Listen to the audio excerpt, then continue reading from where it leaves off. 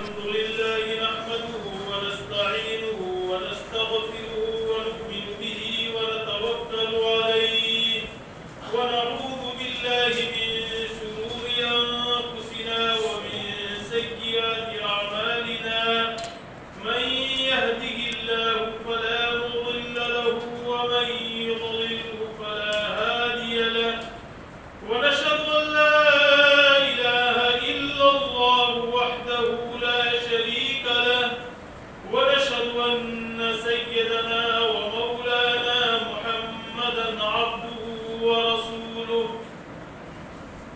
أما بعد قال الله تبارك وتعالى في القرآن المجيد والفرقان الحميد أعوذ بالله من الشيطان الرجيم بسم الله الرحمن الرحيم لقد كان لكم في رسول الله أسوة حسنة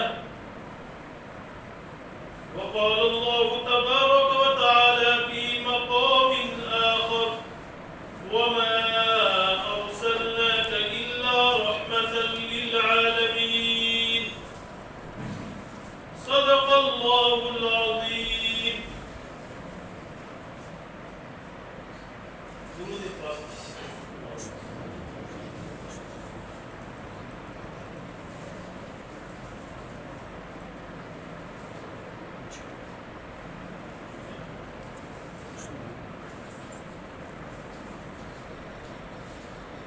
بلغ العلا بكماله كشف الدجى بجماله حسنت جميع خصاله صلوا عليه وآله ورفعنا لك ذكرا.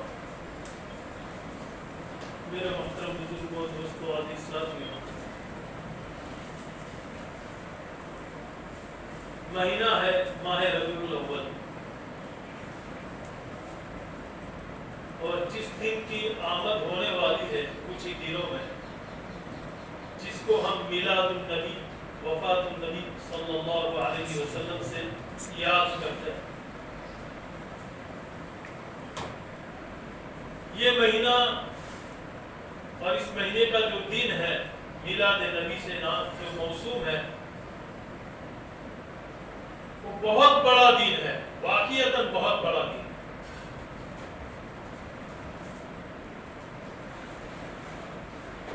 نبی کریم صلی اللہ علیہ وسلم کی مبارک بعثت جو ہوئی، ایک تو بعثت کا ہونا اور دوسری چیز اس میں جو ہے بعثت کا مقصد ہے.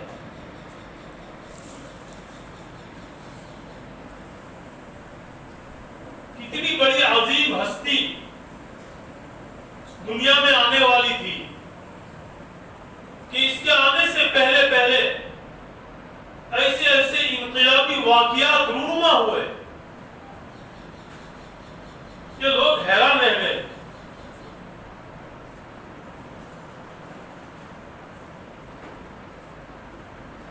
اللہ کے نبی کی والدہ ماجدہ بی بی آمینہ وہ فرماتی ہے کہ جب اللہ کے نبی یعنی جب میں حمل سے تھی اور جس حجر اور شجر کے پاس سے گزرتی تھی تو یا رسول اللہ کی آوازیں میں سنتی تھی. یعنی حجر اور شجر ابھی آپ دنیا میں نہیں آئے ہیں، دنیا میں آنا ابھی آپ کا باقی ہے، اس وقت سے سلام پیش کر. اور جب آپ دنیا میں آ گئے، آپ کی بعثت ہوئی، وہ عام بچوں کی طرح نہیں ہوئی. روایت میں اور حدیث پاک میں جو ہے آتا ہے، حضرت عبد الرحمن بن عوف کی والدہ جن کا نام شفا ہے، وہ دائی کے طور پر اس وقت بی بی آمینہ کے پاس حاضر تھی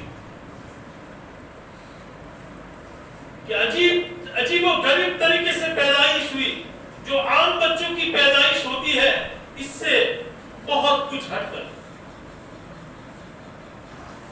جب مائیں بچہ جنتی ہے تو بچہ گندگی میں لپٹا ہوا ہوتا ہے. دوسری چیز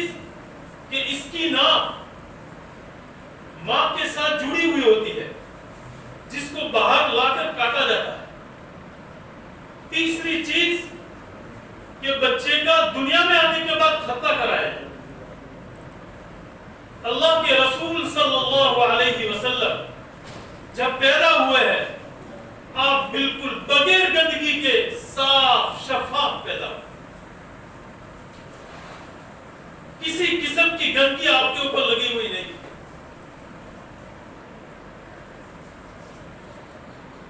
اور آپ ناف کٹے ہوئے پیدا ہوئے. آپ کی ناف دنیا میں آنے کے بعد کاٹی نہیں گئی. اور آپ مختوم پیدا ہوئے یعنی آپ کا ختنہ ہوئے تھے. ختنہ کروایا جاتا ہے لیکن رسول اللہ صلی اللہ علیہ وسلم کی جب بعثت ہوئی تو آپ مختون پیدا ہوئے. اتنا ہی نہیں ہوا, پیدا ہونے کے تقریباً 15 یا 20 منٹ کا وقفہ علماء نے لکھا ہے. اتنا وقفہ ہوا. عبد الرحمن بن عوف کی والدہ شفا جی اس عورت کا نام ہے, اس نے اللہ کے رسول کو اٹھایا اور بی بی آمینہ کے پہلو میں لٹایا اور آپ بڑی قوت سے, معصوم ہے بھی, قوت سے ایک پہلو ہوئے اور پہلو ہونے کے بعد الٹے ہو کے سجدہ کر دیا. گھٹنے پر, ہاتھوں پر, پیٹ آپ کا زمین سے اٹھا ہوا تھا. اس حالت میں 15 منٹ کی عمر ہے آپ کی, اس وقت سجدہ کیا, لمبا سجدہ کیا. اور فرشتوں کی آوازوں کو جو محسوس کرنے والی ہے بی بی آمینہ کہ وہ ایسی آواز ہے کہ آ گیا پیغام دینے والا, آ گیا. مشرق اور مغرب اور شمال اور جنوب کو یہ پیغام دے دیا جائے کہ وہ جو ہے آخری نبی زمان آ گیا. آپ کے پیدا ہوتے ہی تاریخی انقلابی جو واقعات ہوئے, ملک فارس کی آگ آتش کدے میں 1000 سال سے جل رہی تھی. آپ کے پیدا ہوتے ہی یکایک وہ آگ بجھ گئی. کچھ ایسے سسٹم سے وہ جل رہی تھی کہ اس کا بجھنا ممکن نہیں تھا. آپ کے پیدا ہوتے ہی وہ آگ بجھ گئی. قیصر و کسریٰ کے دربار کے کنگرے یعنی محل کے اوپر جو لگائے جاتے ہیں وہ جو ہے جھک گئے. کعبۃ اللہ کے اندر رکھے ہوئے جو بت تھے وہ اونھے منہ گر گئے. آپ کے پیدا ہوتے ہی یہ انقلابی واقعات پیش آئے.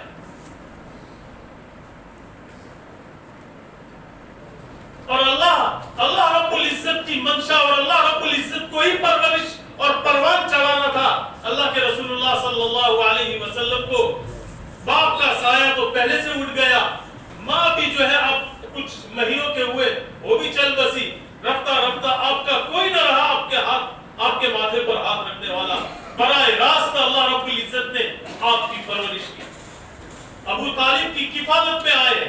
بحر ملک شام کا سفر تجارت کا سفر تھا. ابو طالب کو اللہ کے نبی سے بہت محبت تھی, بہت لگاؤ تھا اور کچھ ایسے نرانے انداز کے تھے کہ جب کعبۃ اللہ کے اندر سرداروں کی میٹنگ لگتی تھی تو جو ہے ابو طالب کی جگہ پر کسی ایک بیٹے کو بیٹھنے کی جرات نہیں ہوتی تھی. اللہ کے رسول صلی اللہ علیہ وسلم دوڑتے ہوئے آ کر اس بیٹھک پر بیٹھ جاتے تھے. ابو طالب ان کو کچھ نہیں کہتے تھے. اگر کوئی دوسرا بیٹا جا کر بیٹھتا تھا تو اس کی تو جو ہے ایسی کی تیسی کر ڈالتے. ابو طالب کا ایک مقام تھا لیکن اللہ کے رسول ہمیشہ اس جگہ پر بیٹھ جاتے. ابو طالب کی ہمت نہیں پڑتی تھی, اتنا لگا ہوتا. ملک شام کا سفر ہو رہا. ابو طالب نے سوچا کہ میں اس کو اگر یہاں چھوڑ کے جاتا ہوں تو نہ جانے کیا کیا ہو جائے گا. اس کو اپنے ساتھ میں لے, اللہ کے رسول کو اپنے ساتھ جوڑ لیا اور ملک شام جاتے ہوئے راستے میں زرقاق شہر آتا تھا. جو ہے اس زرقاق شہر میں بحیرہ نامی جو ایک راہب راستے میں اس کا عبادت کرنا پڑتا تھا, عیسائی تھا, جو ہے وہاں کافر ٹھہرا کرتے تھے. وہاں ایک بہت بڑا درخت بھی آج بھی موجود ہے. جب وہ قافلہ وہاں ٹھہرا تو فوراً جو ہے بحیرہ آیا قافلے والوں کے پاس کہ تمہارا سردار کون ہے. ابو طالب نے کہا تم سب کی کل دعوت ہے. ابو طالب نے کہا بارہا جانا ہوا, کئی بار ہم یہاں ٹھہرے, آتے جاتے, کچھ پوچھا نہ کچھ کھانے کا پوچھا, اور کہہ رہا ہے کہ دعوت ہے، کیا وجہ ہے؟ پوچھا کیا کام ہے؟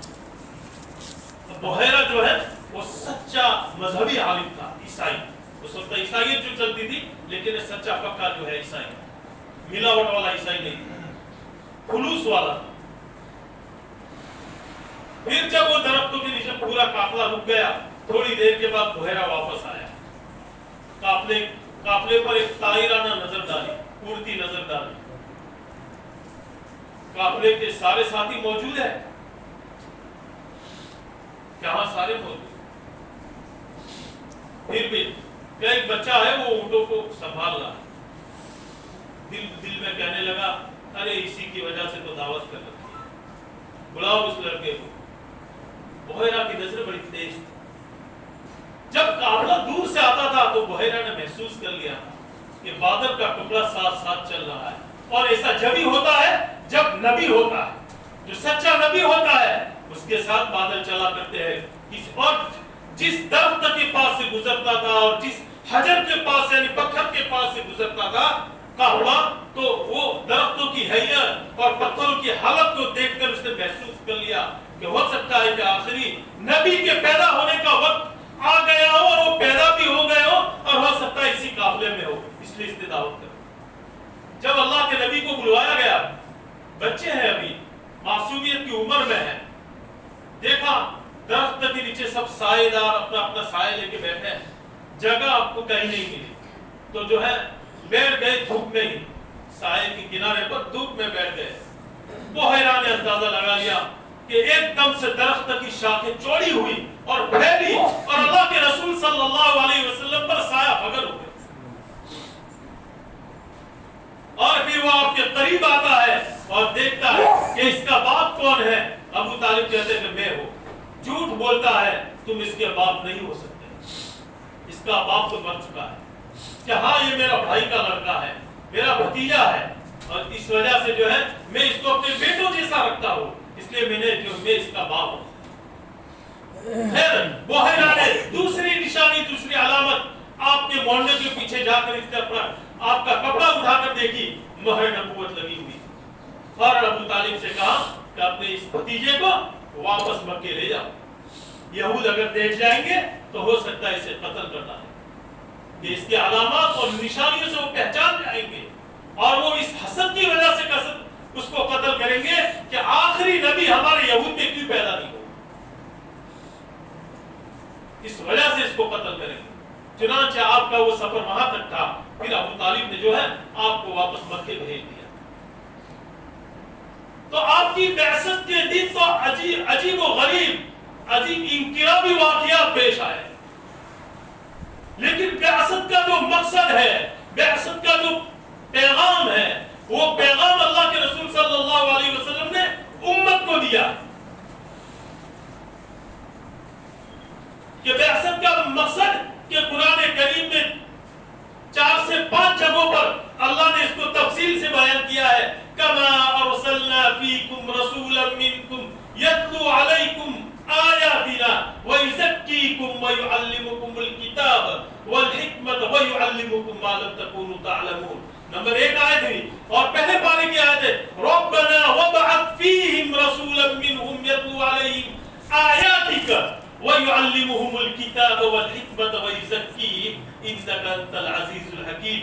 سورہ جمعہ میں ہے، اللہ رب العزت نے اسی انداز کی آیت شریفہ کو بیان فرمایا، اس میں بعثت کا مقصد بتایا گیا ہے۔ مقصد کیا ہے کہ جب حضرت سیدنا ابراہیم علیہ السلام اور سیدنا اسماعیل علیہ السلام کعبے کی دیواریں بلند کر رہے تھے، اور جب کعبہ بن رہا تھا اس وقت دعا مانگی باپ نے، اور اسماعیل نے آمین کہی، ربنا وابعث فیہم رسولا، اے ہمارے پروردگار ہمیں میں سے ایک ایسا رسول مبعوث فرما۔ اس لیے کہتے ہیں کہ ابراہیم علیہ السلام نے اللہ کے خزانے کی ساری روح کو لوٹ لیا، مانگا تو زمزم والے کو مانگ لیا، اور آخرت کے اعتبار سے مانگا تو کوثر والے کو مانگ لیا۔ گویا کہ ابراہیم علیہ السلام نے اللہ کے خزانے کی روح ہی لوٹ لی، اب زمزم والے ہیں، اللہ نے دعا قبول کر لی، اور اسماعیل علیہ السلام ہی کے خاندان میں سے آپ جو ہے پیدا ہوئے ہیں، آپ کا سلسلہ نسب اللہ حفاظت کے ساتھ چلایا، اتنی حفاظت کے ساتھ چلایا ہے کہ وہ سلسلہ نسب لے کر چلتے ہیں تو ابراہیم علیہ السلام اور اس سے بھی آگے آدم علیہ السلام سے جا کر ملتا ہے۔ کیوں کہ نبی وہ ہوتا ہے جس کی نبوت سے پہلے والی زندگی بھی بے داغ ہوتی ہے اور نبوت کے بعد والی زندگی بھی بے داغ ہوتی ہے۔ کسی کو ایک اشارہ تک کرنے کا موقع ہاتھ میں نہیں ہوتا کہ فلانا آدمی نبی بنا، یہ تو ایسا تھا، ایسے کہنے کی جرات کوئی کر ہی نہیں سکتا۔ نبی کی زندگی نبی سے پہلے بھی بے داغ اور نبوت ملنے کے بعد بھی بے داغ ہوتی ہے۔ اور جہاں جہاں پر خدا کی خدائی چلے گی وہاں پر مصطفی کی مصطفی چلے گی، مصطفیٰ کی مصطفی چلے گی۔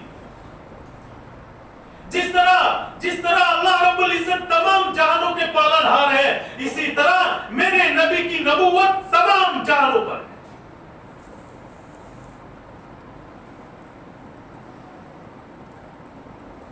کہ اللہ اور اللہ کے بعد محمد الرسول اللہ، جہاں جہاں اللہ کا نام ہوگا وہاں میرے رسول کا تذکرہ ہے۔ وَرَفَعْنَا لَكَ ذِكْرَكَ، کہ آپ بھی قرآن کھولے گا، جہاں قرآن پڑھے گا وہاں اللہ کا تذکرہ ہے، وہاں رسول اللہ کا تذکرہ ہے۔ آپ بھی اپنی نماز کو شروع کرنا ہے تو نماز شروع کرتے ہی جب اللہ کا نام لیا جاتا ہے، اللہ کا تذکرہ کیا جاتا ہے تو جو ہے درود شریف میں اللہ کے رسول کو بھی یاد کیا جاتا ہے۔ کوئی حکم ایسا خالی نہیں ہے۔ اذان ہوتی ہے، اذان میں اللہ کی بڑائی بیان کی جاتی ہے تو وہاں پر رسالت کی گواہی بھی دی جاتی ہے کہ محمد الرسول اللہ، محمد اللہ کے رسول۔